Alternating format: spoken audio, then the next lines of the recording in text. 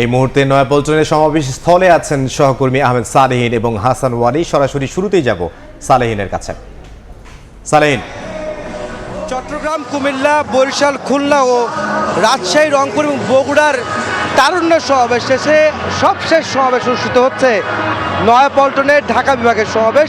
তারুণ্যের রাজনৈতিক অধিকার প্রতিষ্ঠার এই সমাবেশের মধ্য দিয়ে তাদের এই তারুণ্য সমাবেশ আজকে শেষ হবে এবং আজকে কিন্তু ইতিমধ্যে বিকেল 3টায় আনুষ্ঠানিক সমাবেশ শুরু হওয়ার কথা থাকলেও আমরা দেখেছি সকাল থেকে কিন্তু নেতাকর্মীরা এই এলাকা জড়ো হয়েছেন এবং তারা কিন্তু মঞ্চে বক্তব্য রাখছেন অনেকেই, এবং একই সঙ্গে এখানে সাংস্কৃতিক অনুষ্ঠান হচ্ছে।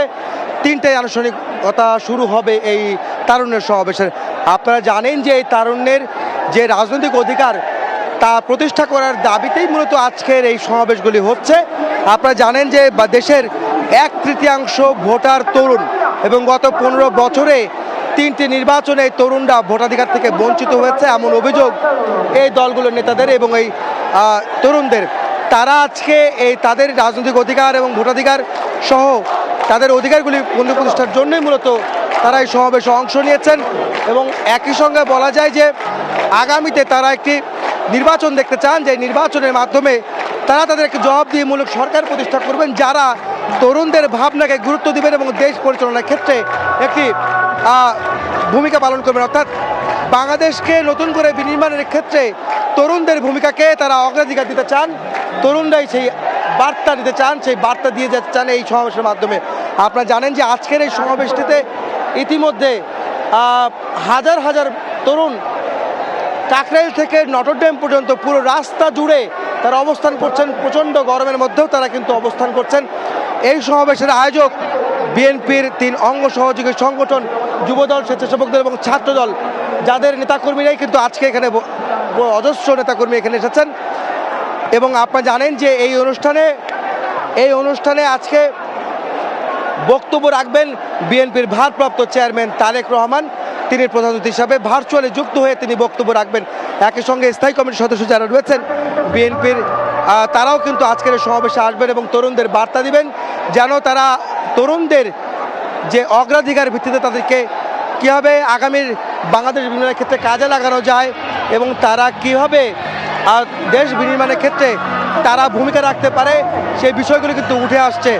ইতিমধ্যে এই সমাবেশের স্থলে কিন্তু হাজার হাজার তরুণের উপস্থিতিতে জনসমুদ্র পরিণত হয়েছে আজকের নয়াপল্টনে বিএনপি কেন্দ্রীয় কার্যালয়ের সামনে। এখানে ইতিমধ্যে বিএনপির 3 অঙ্গ সহযোগী সংগঠন যুবদল, স্বেচ্ছাসেবক দল এবং ছাত্রদলের কেন্দ্রীয় নেতৃবৃন্দ কিন্তু মঞ্চে অবস্থান করছেন এবং সাংস্কৃতিক অনুষ্ঠানের মাধ্যমে এই তরুণদেরকে উজ্জীবিত করছেন এই সমাবেশে আসা বক্তারা।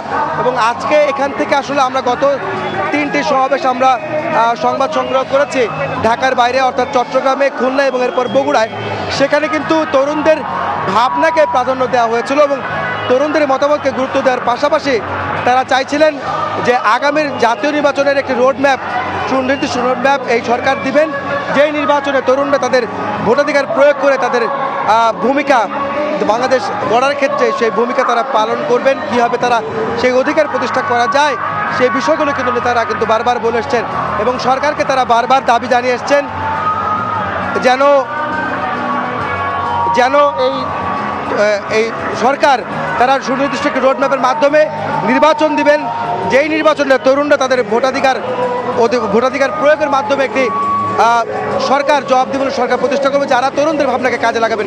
তো এই মুহূর্তে আমাদের এই সমাবেশে আরেক প্রান্তি রয়েছেন ওয়ালি হাসান, যিনি জানাবেন তার পরবর্তী খবর এই সমাবেশের। সমাবেশ শুরুর আগেই লাখো তরুণের অংশগ্রহণে মুখরিত নয়াপল্টন এলাকা। আমি এই মুহূর্তে রয়েছি নাইটেঙ্গেল মোড়ে। এই পুরো জায়গায় জুড়ে কাকরাইল মোড়, পুরানো পল্টন, অন্যদিকে ফকিরাপুর, আরামবাগ সহ পুরো জায়গা জুড়ে কিন্তু আজকে জাতীয়তাবাদী ছাত্রদল, স্বেচ্ছাসেবক দল এবং যুবদলের নেতাকর্মীদের অংশগ্রহণে পুরো জায়গাটি কিন্তু একেবারে লোকারণ্যে পরিণত হয়েছে।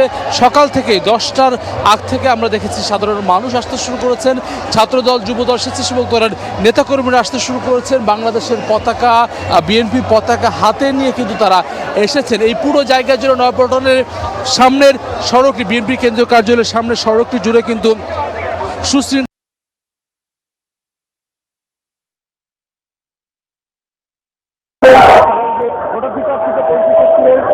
গণতন্ত্রের প্রকম্পিত করছেন। তারা বলছেন বিগত 16 বছরে তারা তাদের যে রাজনৈতিক অধিকার সেটি থেকে বঞ্চিত ছিলেন, তারা তাদের ভোটাধিকার থেকে বঞ্চিত ছিলেন, দেশে গণতন্ত্র ছিল না। তারা বলছেন যে আগামী দিনে যাতে করে গণতন্ত্রের পথ সুসংহত হয়, বাংলাদেশ যাতে করে আর স্বৈরতন্ত্রের পথে না হাঁটে, তেমন বাংলাদেশ তারা চান। নতুন যে বাংলাদেশ, যেই জুলাই আগস্টের গণঅভ্যুত্থান, এই গণঅভ্যুত্থানে এইসব আজকে যারা এসেছেন তারাই রাজপথে ছিলেন, অন্যান্য সাধারণ মানুষের সঙ্গে, ছাত্র জনতার সঙ্গে।